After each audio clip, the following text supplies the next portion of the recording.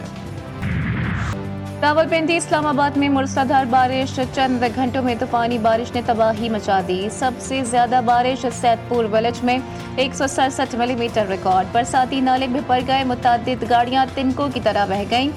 شدید طغیانی کی وجہ سے آبی گزرگاہ کی دیواریں بھی ٹوٹ گئیں. پانی پلوں کے اوپر سے بہنے لگا، اطراف کے گھروں میں پانی داخل ہو گیا. نشیبی علاقے بھی زیر آب آ گئے. تھانہ کھنہ کی حدود میں 8 سالہ بچی نالے میں جا گری. نالہ لئی میں پانی کی سطح بلند ہونے پر انتظامیہ متحرک.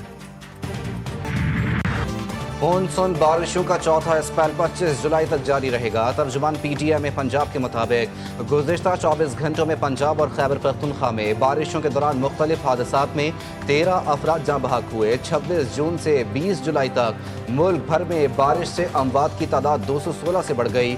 779 مکانات تباہ، 195 مویشی ہلاک. شدید بارشوں سے دریا بفر گئے، ڈیم بھر گئے. راول ڈیم کے اسپل ویز کو پھر کھول دیا گیا. تلا سے گلگت سیکشن پر سیلابی ریلے اور لینڈ سلائیڈنگ. لال پڑی اور ڈونگ سمیت متعدد مقامات پر شارع قراقرم ٹریفک کے لیے بند. ترجمان گلگت بلتستان حکومت کے مطابق چلاس جھلکٹ روڈ اور شاہراہ قراقرم کی بندش سے مسافر اور سیاح پھنس گئے. متعلقہ اداروں کو ریسکیو آپریشن شروع کرنے کی ہدایت کر دی گئی. سڑک کی بحالی کا کام شروع کر دیا گیا.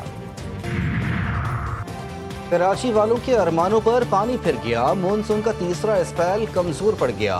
لو پریشر سسٹم میں نمایاں کمی. کراچی میں اب تک صرف 1 سے 3 ملی میٹر بارش ریکارڈ. محکمہ موسمیات کے مطابق شہر میں آج موسم گرم اور مرطوب رہا. درجہ حرارت 35 ڈگری سینٹی گریڈ ریکارڈ. شدت 45 ڈگری تک محسوس کی گئی. Digital system for licensing and registration for medical appliances, equipment and drugs کے لیے جو آپ نے نظام وضع کیا ہے، میں آپ کو دل کی گہرائیوں سے مبارکباد پیش کرتا ہوں. طبی آلات کی لائسنسنگ اور رجسٹریشن کے ڈیجیٹل سسٹم کا افتتاح. وزیر اعظم شہباز شریف نے کہا کہ نئے نظام سے طبی آلات کی رجسٹریشن صرف 20 دن میں مکمل ہو سکے گی. جہاں پہلے کئی سال لگتے تھے اور کرپشن عام تھی. طبی شعبے میں انقلاب لانا مشکل ضرور ہے لیکن ناممکن نہیں. قوم متحد ہو جائے تو پاکستان کی تقدیر بدلی جا سکتی ہے.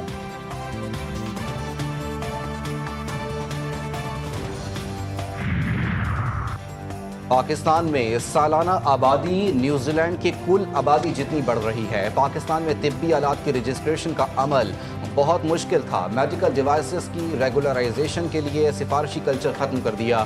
وفاقی وزیر صحت مصطفیٰ کمال نے اسلام آباد میں طبی آلات کی لائسنسنگ اور رجسٹریشن کے ڈیجیٹل سسٹم کی افتتاحی تقریب سے خطاب کرتے ہوئے کہا کہ موجودہ وسائل میں رہتے ہوئے مسائل کو حل کرنے کی کوشش کر رہے ہیں. سینٹ کے اجلاس میں چینی کے بحران کی باز گشت. علی ظفر کا شوگر مافیا کے حوالے سے پارلیمانی کمیٹی بنانے کا مطالبہ. کہا ذمہ داروں کا تعین کر کے 14 دن میں ایکشن لیا جائے. پارلیمانی کمیٹی شوگر مافیا اور حکومت کی ملی بھگت کی تحقیقات کرے.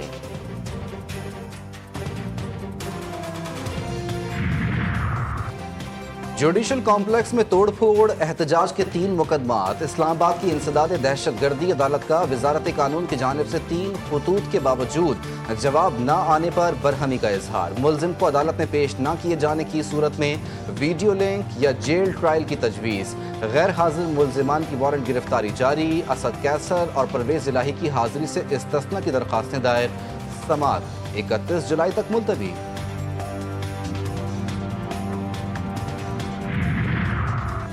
شراب اور اسلحہ برآمدگی کیس. وزیر اعلیٰ کے پی علی امین گنڈاپور کے دوبارہ وارنٹ گرفتاری جاری. علی امین آج بھی پیش نہ ہوئے. ڈسٹرکٹ اینڈ سیشن کورٹ اسلام آباد سے علی امین کی حاضری سے استثناء کی درخواست مسترد. پیشی کے لیے ایک اور مہلت مل گئی.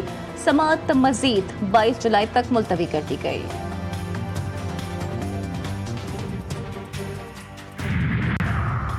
صدر آصف علی زرداری سے سعودی عرب کے نیول چیف کی ملاقات، پاک بحریہ اور رائل سعودی نیول فورسز کے درمیان تعاون کو وسعت دینے کی ضرورت پر زور۔ صدر مملکت نے سعودی نیول فورسز کے سربراہ کو نشان پاکستان ایوارڈ سے نواز دیا۔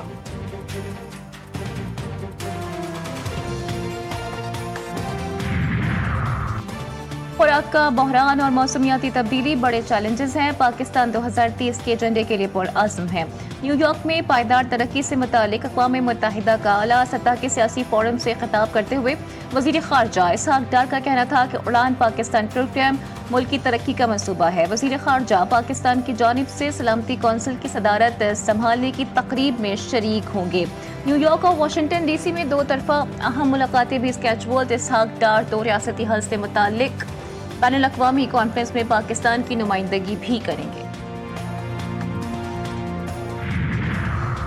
غیر قانونی امیگریشن میں ملوث مافیا کے خلاف بے رحمانہ کریک ڈاؤن کا حکم۔ وفاقی وزیر داخلہ محسن نقوی کا ایف آئی اے ہیڈ کوارٹرز اسلام آباد کا دورہ، یادگار شہداء پر پھول رکھ کر فاتحہ خوانی کی۔ اجلاس میں ایف آئی اے کی جدید خطوط پر تنظیم نو کا فیصلہ، محسن نقوی کی ادارے کو مزید فعال بنانے کے لیے قوانین اور رولز میں ضروری ترامیم پر فوری کام شروع کرنے کی ہدایت۔ ایف آئی اے کے لیے جدید ٹیکنالوجی اور مطلوبہ ہتھیاروں کی فوری منظوری بھی دی گئی۔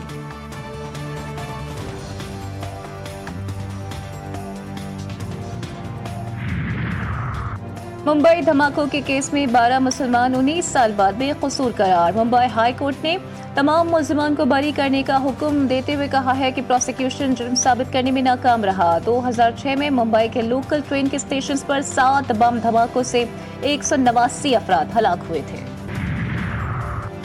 بنگلہ دیش میں ایئر فورس کا تربیتی طیارہ کالج کی عمارت سے ٹکرا کر تباہ، 2 منزلہ عمارت میں آگ بھڑک اٹھی، 19 افراد ہلاک، 164 افراد زخمی، بیشتر زخمی بری طرح جھلس گئے، مرنے والوں میں بیشتر طلبہ شامل ہیں۔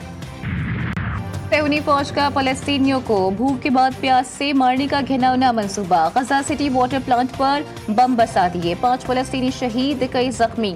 صبح سے جاری حملوں میں شہداء کی تعداد 27 ہو گئی۔ نصیر اسپتال میں زیر علاج 42 فلسطینی دم توڑ گئے۔ اسپتال میں اب بھی 2000 افراد زیر علاج ہیں۔ مجموعی شہادتیں 59,000 سے تجاوز کر گئیں۔ بھوک نے ایک دن میں 19 فلسطینیوں کی جان لے لی۔ اقوام متحدہ نے دیر البلح سے انخلا کا حکم امدادی کاموں کے لیے دھچکا قرار دے دیا۔ ایران کا 3 یورپی ملکوں سے جوہری مذاکرات دوبارہ شروع کرنے کا اعلان، میزبانی ترکیہ کرے گا۔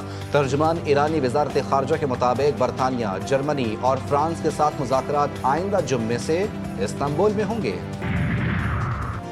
اور کھیل کے میدان میں بھارت کی ایک اور شکست، پروفیشنل باکسنگ میں پاکستان نے میدان مار لیا۔